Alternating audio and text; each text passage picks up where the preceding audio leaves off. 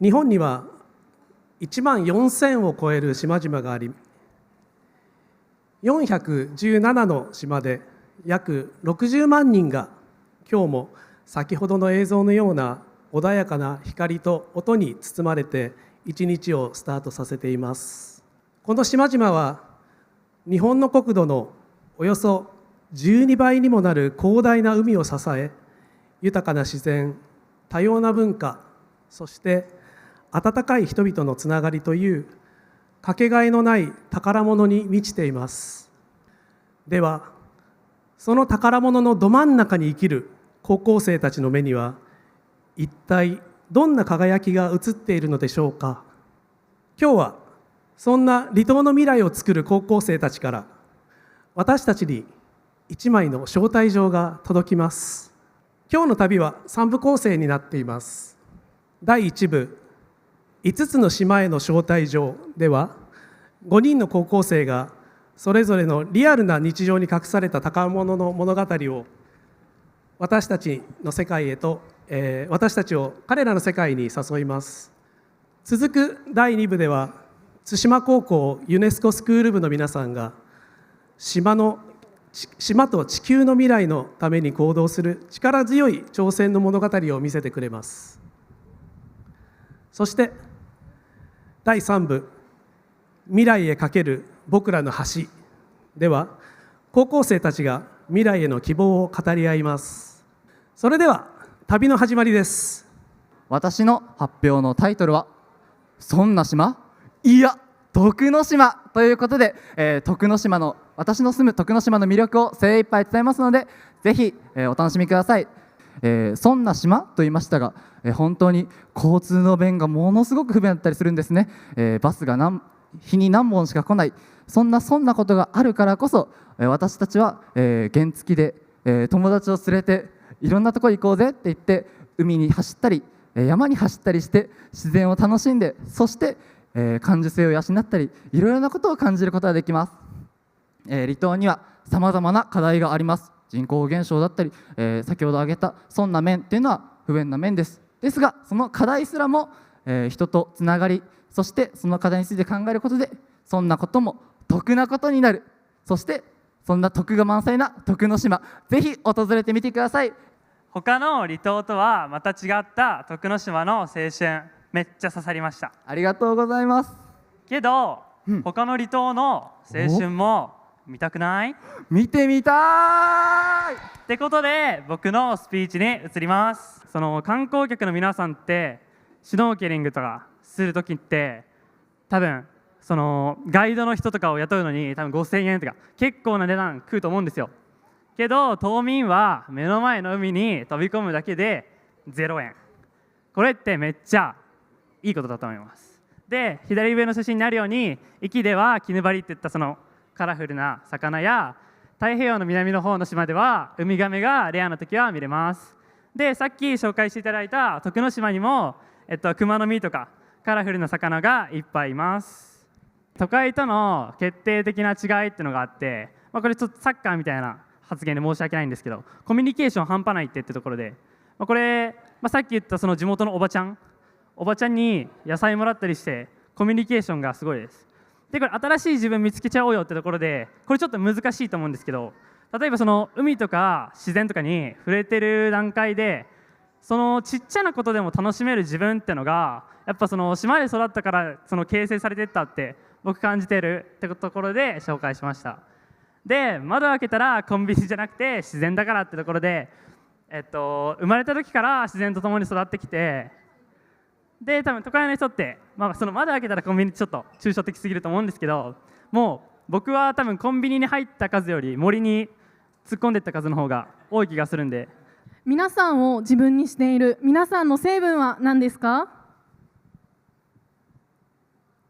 私の成分は島愛 30%、 島の人の笑顔 20%、 島にいる挑戦心 20%、 島への誇り 20%、 美しい海 10% ということで、この5つどれも 120% 以上なのですが、ぎゅっと 100% にまとめるとこのような割合になります。ちょうどいい不便、助け合いが日常に、島では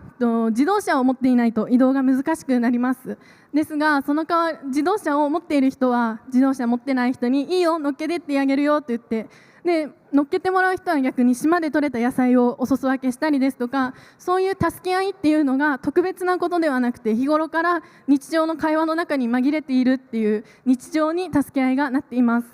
空気ごとおいしい磯で釣った魚を食べるということなんですが、磯で魚や貝を釣ったらその場で火を起こしてその場でおにぎり持ってってみんなで食べたりだとか、これってきっと島の高校生だから島で生活しているからできることだと思います。そして島の食材が最高ということで、このようにおいしい魚、新鮮な魚だけでなく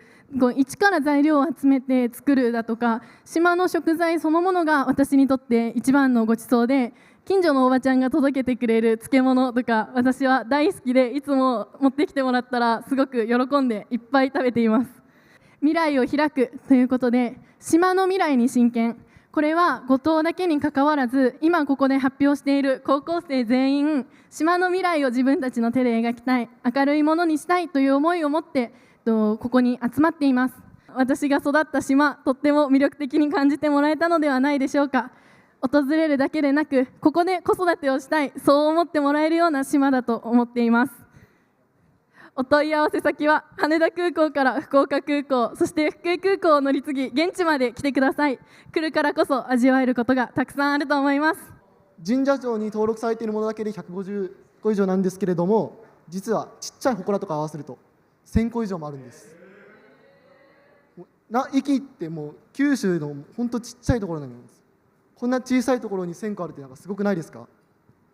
神社がたくさんある壱岐の中で私がおすすめする神社ベスト3について発表していきたいと思います。順位はこのような感じになっていきます。絶景壱岐のホタルスポットベスト3について発表していきたいと思います。順位はこのようになっております。これが今年ちょっと取りに行こうとしたんですけども全然いなくて、もうこれ去年の写真なんです。とても綺麗ですよね。最後に壱岐で紹介したいのは食べ物です。このような豪華な刺身であったり大きなステーキであったり綺麗なウニ飯であったり、壱岐にはたくさんの魅力のある食べ物があるんです。そこでランキングについて説明していきます。順位はこのような感じになっています。壱岐では原稿が行われていました。そして小さい島の中にこれをまたたくさんの古墳があります。もう家の畑を耕したらもう古墳が出土したなんてざりにあります。そしてエメラルドグリーンの海、そして綺麗に見える星空、キャンプとしてもとてもいい場所になっているので、ぜひ皆さん来てみてください。ぜひ壱岐でお待ちしております。今回は皆さんお待ちかね、秘境の島奥尻島に迫るというのをお伝えしていきたいと思います。今回のニュースでは離島留学をした高校生の島で育った3年間のストーリーを追っていきたいと思います。その人生の中で離島にある可能性はどんなものがあるのか、そういったところを探っていきたいと思います。私の島奥尻島では雪×離島が雪×海が見れちゃうんですね。で奥尻島は積雪量もかなりあるので授業としてスキー授業が設けられています。でそのスキー場、島にあるスキー場なんですけど、頂上からスキーで降りるときに海が見えるんです。海を見ながら滑ることができるスキー場っていうのは多分数少ないと思うので、ぜひ皆さんウィンタースポーツやりたい方なんかは奥尻島のスキー場ぜひご利用してみてください。離島っていうのは何もないからこそ何でもできちゃうんです。そして人が少ないとか人口が少ないとかいろんな課題がある中で、手つかずの資源というのが多くあるので未開拓のリソースであふれてるんです。それを利用することで自分の活躍できるフィールドにできるんです。ビジネスチャンスも多くあります。皆さん今日ここでアイランドで終わりにしないでゴーしてください。ゴーしてくださいね。奥尻島でもいいですし、みんなの離島でも一度でいいので離島に訪れてみてください。第2部ではチームの挑戦の物語ということで、持続可能な島の未来を目指す熱い活動をご覧いただきたいと思います。ユネスコスクールというのはユネスコという国際連合の専門機関がありますが、それが指定する学校のことです。世界中の学校と交流しながら地球規模の課題を解決することを目標に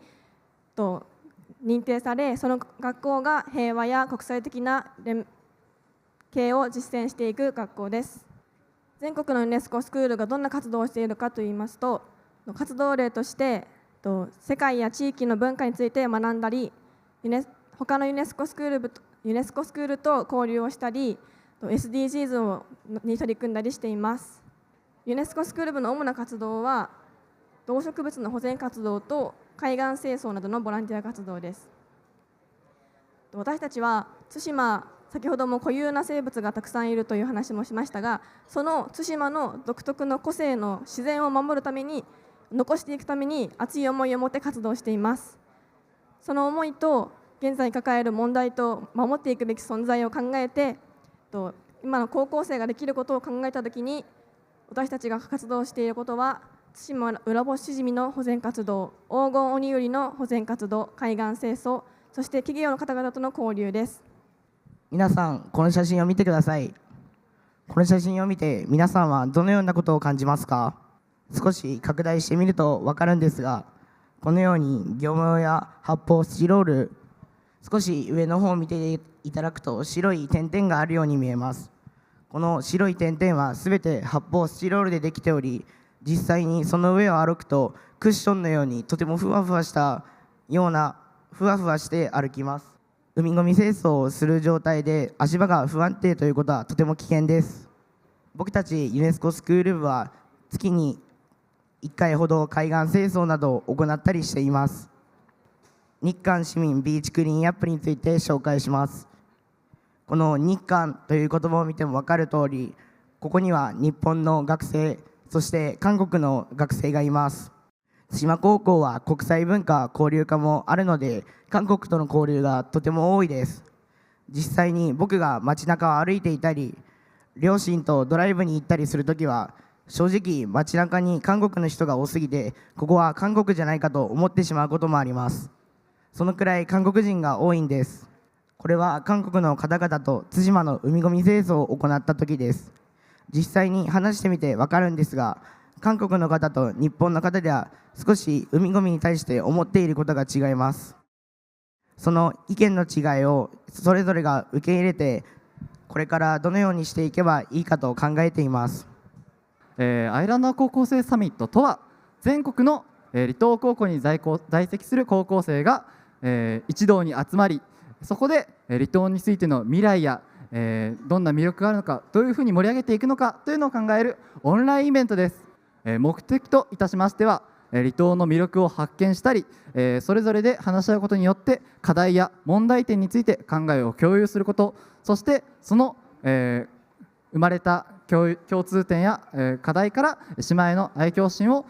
より熟成させて、いいものにするというものです。与論高校と鳴高校が、対面交流プロジェクトというものをこのサミットの後に企画することになりました。与論高校の学生と鳴高校の、学生がサミットで出会い、そこで、話し合うことによってコミュニティを作って、そこで島同士でも対面交流ができたらなということで、クラウドファンディングを第一ステップとして今現在進行中のこちらプログラムとなっています。オンライン上で最初はスタートを切るのですが、こういった活動のようにその先までつなげていく、それがアイランダー高校生サミットの目的でもあり、意義でもあると思います。同じ離島という共通点を持ちながら、さまざまな離島の違いがあることについて知り、そしてそんな違いがあるにもかかわらず、離島についてより盛り上げていきたいという同じ思いを持っていることに驚きを感じました。そしてその思いを持った仲間と一緒に行動していくことによって、いろんなことができる、より大きなことができるということに気づきました。自分自身の目標も見つけることができ、素晴らしい影響を受けることができたなと思ったのがこのアイランダー高校生サミットです。この感動をぜひ皆さんにも知ってもらいたいと思うので、皆さんの周りの人にもぜひこのアイランダー高校生サミットぜひ参加してみてはどうかというふうにお伝えいただけたら嬉しいです。ありがとうございました。